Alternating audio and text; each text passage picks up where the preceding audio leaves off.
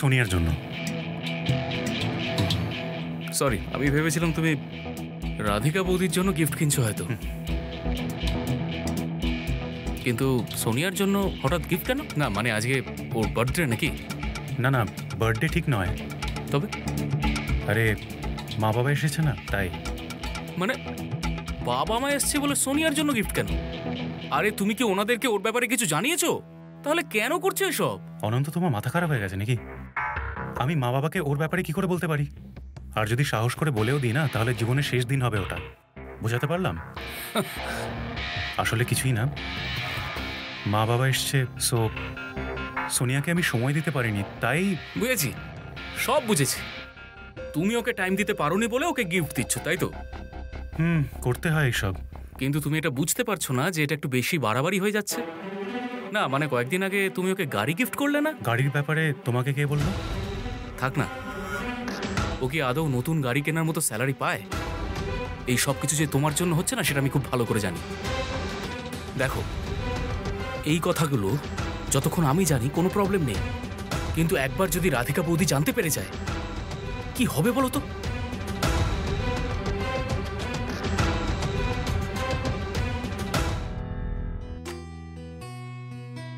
আরে এই যে দাদা, কোথায় যাবেন? কুরিয়ার আছে দাদা। আরে সে তো আমিও জানি, কিন্তু এন্ট্রি তো করতে হবে।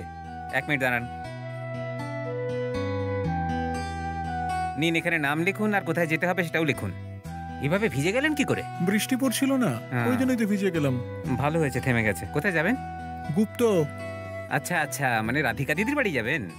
যান যান, এই উইং এ 5 তলায় 404। কিন্তু এখানে তো মিস্টার গুপ্তর নাম লেখা। হ্যাঁ, এটা তো স্যারের নাম, কিন্তু এখানে সবাই রাধিকা দিদিকেই চেনে। এখানে যে কোনো কাউকে জিজ্ঞেস করুন রাধিকা দিদি কোথায় থাকেন, সেই দেখিয়ে দেবে। যান, আমি টাইম লিখে দিচ্ছি। যান। আরে বৌমাকে দেখা যাচ্ছে না, কোথায় গেল? ওই মাসিমাদের বাড়িতে গেছে বড়া দিতে। কিন্তু তুমি যাই বলো, বৌমার কিন্তু প্রতিবেশীদের সঙ্গে সম্পর্ক খুব ভালো। গ্রাম থেকে শহরে এসেছে বটে, কিন্তু গ্রামের সংস্কার এখনো ভুলেনি। সেটাই তো, যখন এখানে এসেছিল তখন ও কাউকে চিনতো না, এখন সবার সাথে সম্পর্ক করে নিয়েছে, জানো এটা ওর বাপের বাড়ি। হ্যাঁ, এতে আমাদের ছেলের কিছু আসে যায়? ও তো পুরো বকাটে হয়ে গেছে। কেন তুমি সবসময় ওকে আজে বাজে কথা বলো? এখানে যা কিছু করেছে সব তো একাই করেছে, ভালো করেই জানো। ভালো চাকরি করে, ভালো স্যালারি পায়, প্রমোশনও হয়েছে। তবে হ্যাঁ, তুমি তো এমন ভাবে বলছো যেন তোমার ছেলে উদ্ধার করে ফেলেছে। তা নয় তো কি? হ্যাঁ, আরে শহরে এলে সবাইকে এভাবে করেই নিতে হয়। হ্যাঁ, কিন্তু এর সাথে সাথে না, সম্পর্কও ঠিক রাখতে হয়, অর্জন করতে হয় এসব, যেটা আমাদের বৌমা করেছে। বাবা, আমার ব্যাপারে কি কথা হচ্ছে এত? কি এমন দোষ করেছি আমি? দোষ ধরছে না, শ্বশুর বৌমার গুণগান করছে, সবাই শোনো শোনো। আর তার জন্য ওনার পেট ব্যথা হচ্ছে। ধনেপাতা বড়াটা পছন্দ হয়েছে? আরে পছন্দ হয়েছে মানে? হেব্বি হয়েছে। তাহলে আরো কয়েকটা দি। আরে না না, এবার পেট ব্যথা করবে। মেসোমশাই তো খুব পছন্দ হয়েছে। অবশ্য আমার হাতের রান্না সবার ভালো লাগে। হ্যাঁ হ্যাঁ, তোমার হাতের রান্না সবার ভালো লাগে, তাই সবাইকে বানিয়ে বানিয়ে খাওয়াও। মাঝে মধ্যে একটু বাড়ির বাইরেও বেরো, ওনাদের বৌমাকে দেখো কেমন ভাবে থাকে। কেন তুমি একটা বাজে মেয়ের উদাহরণ দিচ্ছ? তুমি তো ভালো করে জানো মেয়েটা কিরকম।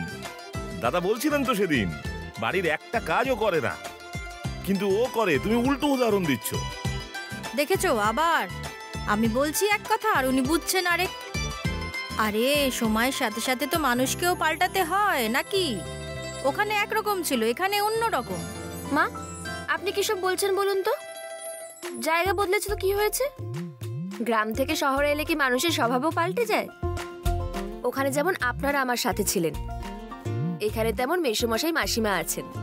ওখানে যেরকম ভালো মানুষ ছিল, এখানে সোসাইটিতেও ভালো মানুষ আছে।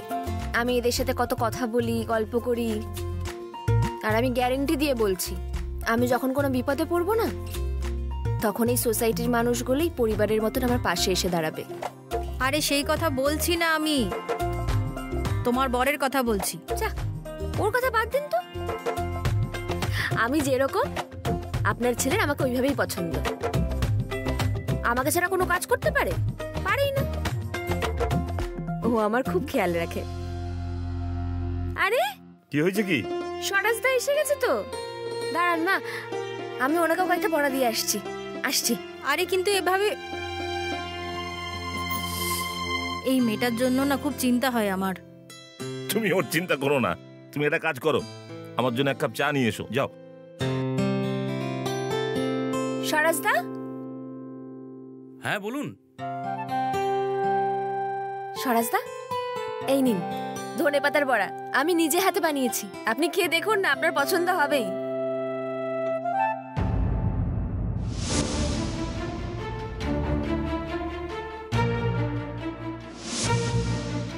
স্বরাজদা,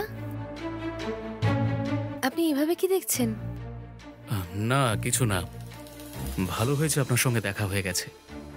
আপনাকে আমার কিছু বলার ছিল। হ্যাঁ বলুন না। আপনি ভেতরে আসুন। চলুন। Excuse me sir, Radhika madam কোথায় থাকেন? আমি রাধিকা, রাধিকা গুপ্ত। মিস্টার রাঘব গুপ্ত আমার স্বামী। ওনার নামে একটা পার্সেল আছে। ও তাই? হ্যাঁ, সাইন করুন।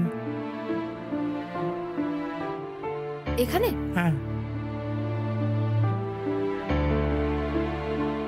ঠিক আছে? হ্যাঁ ঠিক আছে।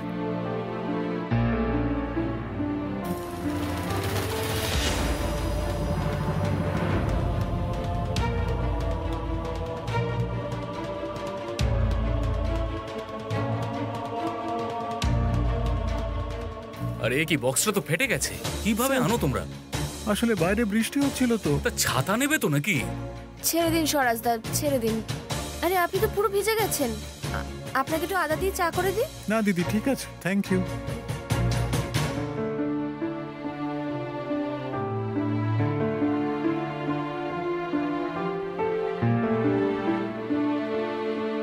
এটা নিশ্চয়ই আমার জন্য। ওর না আমাকে সারপ্রাইজ দিতে খুব ভালো লাগে। ও না কখনো কিচ্ছু বলে না, ওর মনে যে কি চলে কিচ্ছু বুঝতে দেয় না। কিন্তু একটা কথা আমি জানি, ও আমাকে সত্যিই খুব ভালোবাসে।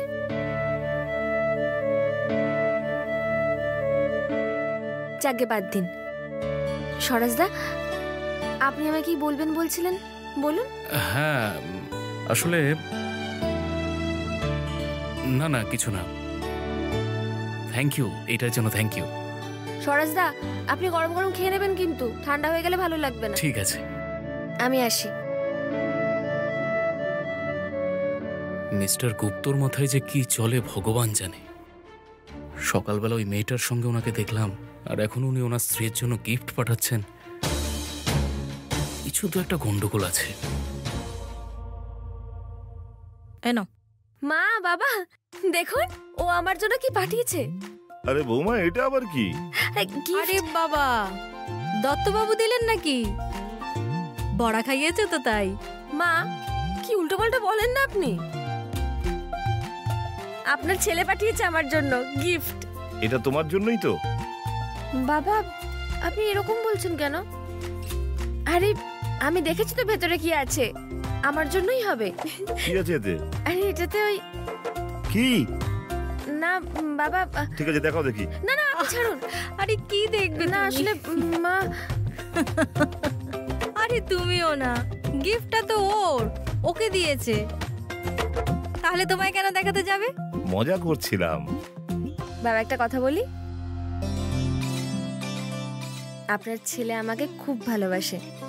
এই বৌমা, কি বলছো তুমি? ছাড়ুন মা। ছাড়ো না তুমি। আরে দেখেছো,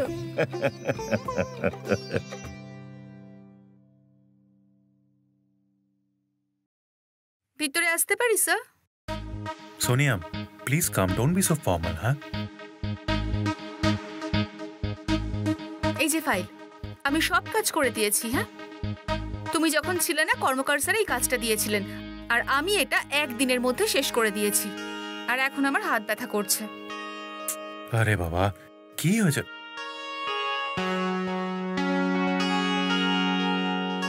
এবার বলো কি হয়েছে দেখি।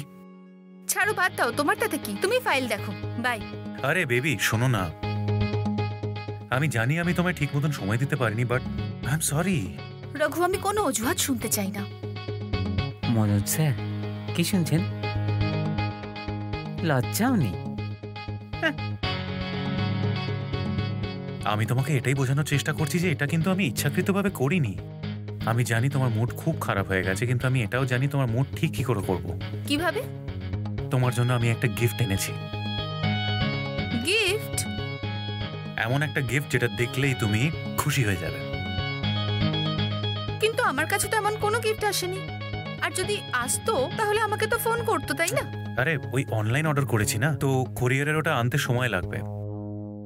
তুমি একবার শুধু আমার গিফটটা দেখে নাও, তোমার এই রাগটা আর থাকবে না। আগে গিফট, তারপর আমার রাগ কমবে। ওকে? Not okay. সোনিয়া, বিগত 3 দিন ধরে আমার কি টেনশন হচ্ছে। আচ্ছা ঠিক আছে, তুমি ছাড়ো এইসব নিয়ে, আমরা আর কথা বলবো না। আজ রাতে আমরা কোথাও ডিনার করতে যাই, সেখানে সবটা।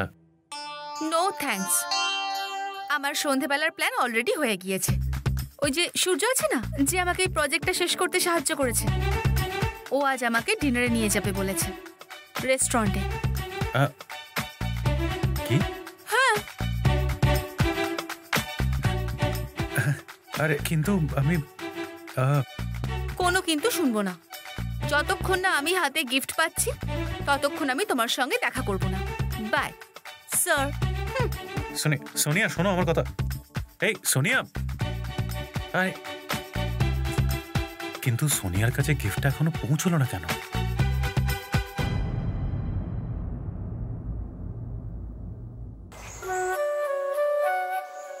ও এখানে এসেছিল। কবে? 2 দিন ছিল এখানে। ও জানতো না যে তুমি আসবে, আজ সকালেই চলে গেছে। এই ইঁদুর আর বিড়ালের খেলাটা কি? কেন করছো এরকম ছেলে মানুষই তুমি? কি হয়েছে? এই আমি কারোর সাথে খেলছি না। ওই গিফটটা আমি দেখেছি। হ্যাঁ, বিষয়টা কিন্তু মোটেও এতটা সহজ নয়। যেটা পেয়েছে। হ্যাঁ তো আমি জানি গিফট পেয়েছে, তো এতে হাসার কি আছে? আমি জানি। আরে কি হয়েছে বলো? আমি জানি আমায় খুঁজছে। আরে বাদ দাও, আর আমার পুরনো ঘরে থাকে। ওটা তোমাকে বলা যাবে না। কেন বলবে না কেন? তুমি তো কোনোদিনও আমায় কোনো গিফট দাওনি। মানে আজ পর্যন্ত তোমাকে কোনো গিফট দিইনি? অদ্ভুত ব্যাপার। এতদিন শাড়ি গয়না তো সব আমি কিনে দিলাম। 150টার উপর শাড়ি আছে তোমার, তুমি তো সব ভুলে যাও। অকৃতজ্ঞ। বাহ, তুমি এভাবে আমাকে অকৃতজ্ঞ বলতে পারলে? শাড়ি গয়না তো দিয়েছো, কিন্তু ওই ধরনের গিফট দিয়েছো? আরে কিছু তো দিয়েছি, ব্যাস সেটাই আমার কাছে যথেষ্ট। জানো তো, আমি না আজ খুব খুশি। মনে হয় রাঘব আর ডেকে নেই। বাবা, রাধিকাকে যখন বাড়ি থেকে বার করে দিয়েছিল তখন খুব ভয় পেয়ে গেছিলাম। আমি খুব দুঃখও পেয়েছিলাম, কিন্তু এখন সব ঠিক হয়ে গেছে। তবে হবে না কেন? আমি আছি না এখানে, বার করে দিলেই হলো। করে দেখুক না একবার। ওকে উল্টো ঝুলিয়ে যদি না পেটাই তাহলে আমি ওর বাবা না। আয় বস। আয়। কি কি হয়েছে? কি এত কাশছিস কেন? না কিছু না, ওই ধুলো বালিতে। একটু জল দেবো? হ্যাঁ দিচ্ছি। বস। হ্যাঁ আরে বস।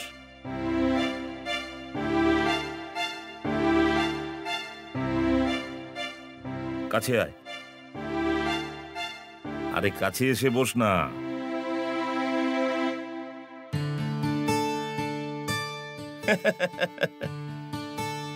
তুই আজ যেটা করেছিস না, সেটা আমার খুব ভালো লেগেছে।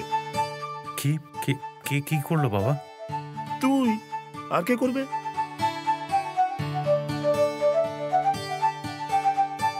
আমি কি করলাম বাবা? কিছু প্রবলেম হয়েছে নাকি?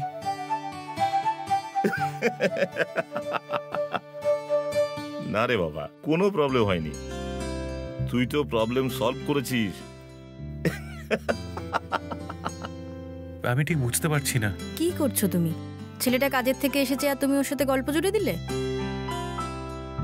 ঘরে যা, রাধিকা তোর জন্য অপেক্ষা করছে। ওয়েট কেন করছে? তুই ভেতরে যা না, সব বুঝতে পেরে যাবি। আরে- যা যা আরে কিন্তু যা না।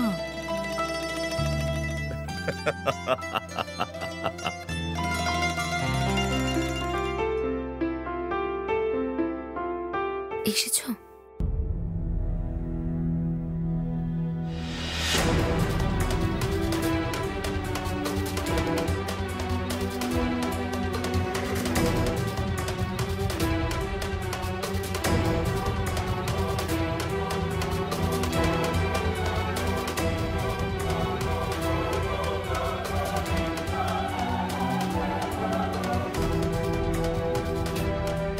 এই নাইটি ওর কাছে কি করে? এটা তো আমি সোনিয়ার জন্য অর্ডার করেছিলাম। বলো না, কেমন লাগছে দেখতে আমায়? তুমিও কিন্তু ভারী অদ্ভুত। হ্যাঁ, এরকম কাউকে কিছু না বলে গিফট পাঠায়? সবাই তো বুঝতেই পেরে গেছে। মা, বাবা, এমনকি স্বরাজ দাও, আমি সবার সামনে এমন লজ্জায় পড়ে গেছি না।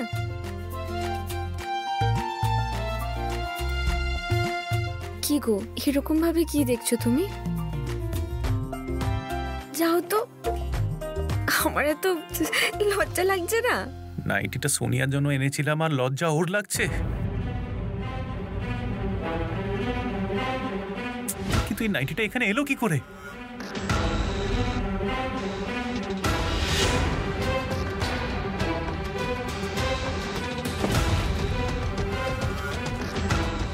কি গো, কি হয়েছে? কি দেখছো তুমি ওরকম ভাবে? ও নো, মানে আমি ভুল করে সোনিয়ার অ্যাড্রেস না দিয়ে নিজের বাড়িরই অ্যাড্রেস দিয়ে দিয়েছি। আর এই গিফটটা সোনিয়ার কাছে না গিয়ে এখানে চলে এলো। কি হয়েছে?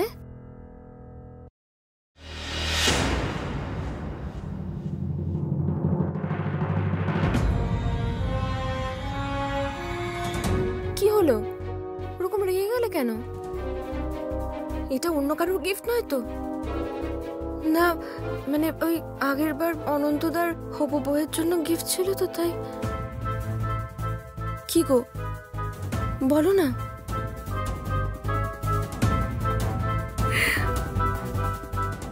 মাপটা ঠিক হয়নি বলে রেগে গেছো তো? ঠিক আছে, নিজের থেকে কিনলে পরে ওরকম মাপের সমস্যা হতে পারে। একটু ছোট হয়েছে তাই এরকম লাগছে। তোমাকে এই নিয়ে তো ভাবতে হবে না, মায়া আছে না, ও ঠিক করে দেবে। আচ্ছা আচ্ছা ঠিক আছে, তোমার যদি পছন্দ না হয় দোকানে গিয়ে আমরা পাল্টে নেব। কোন দোকান থেকে কিনেছো বলো, আমি যাব। আসলে একটু কেমন কেমন লাগছে আমার,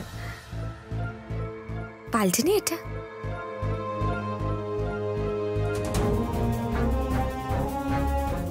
ঠিক আছে, এখন এটা পরে থাকি। না, পাল্টে আসি। আসছি। হ্যাঁ,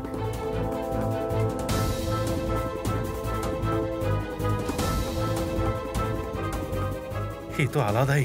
আমি এখানে একটা অন্য টেনশনে ভুগছি আর ওর মাথায় তো অন্য কিছুই চলছে। এবার তো সোনিয়া আমার সাথে আর কোনোদিনই কথা বলবে না। এটা কি হচ্ছে? এটা কি আমার সাথে?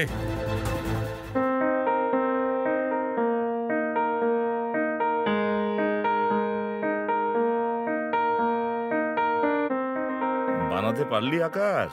না দাদু, আমি এখনো অবধি বানাতে পারিনি। ঠিক আছে। আকাশ, রেডি হয়ে নে। আরে কি করছো তুমি? আরে দাদু তো আকাশকে আজকে প্লেন বানানো শিখিয়েছে, সকাল থেকে সেটাই করছে, তাই না বাবা? দাঁড়াও ঠাকুমা, এইটা এখনো হয়নি। এরকম করে করলে কি করে হবে? আরে আরে ফোল্ড দাও, আমাকে দাও। দেখো,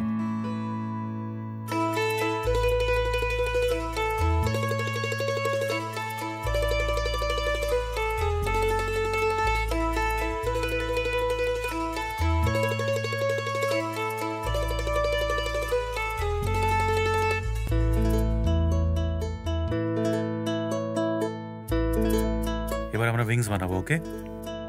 উইংস ফোল্ডেড। বাহ বাবা, তুমি তো ভালোই বানাতে পারো। তাই বাবা? তোমাকে কে শিখিয়েছে? আমার বাবা শিখিয়েছে। মানে তোমার দাদু।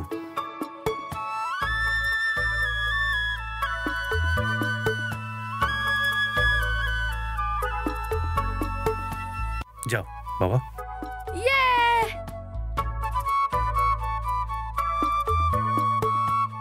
1 মিনিট রাঘব।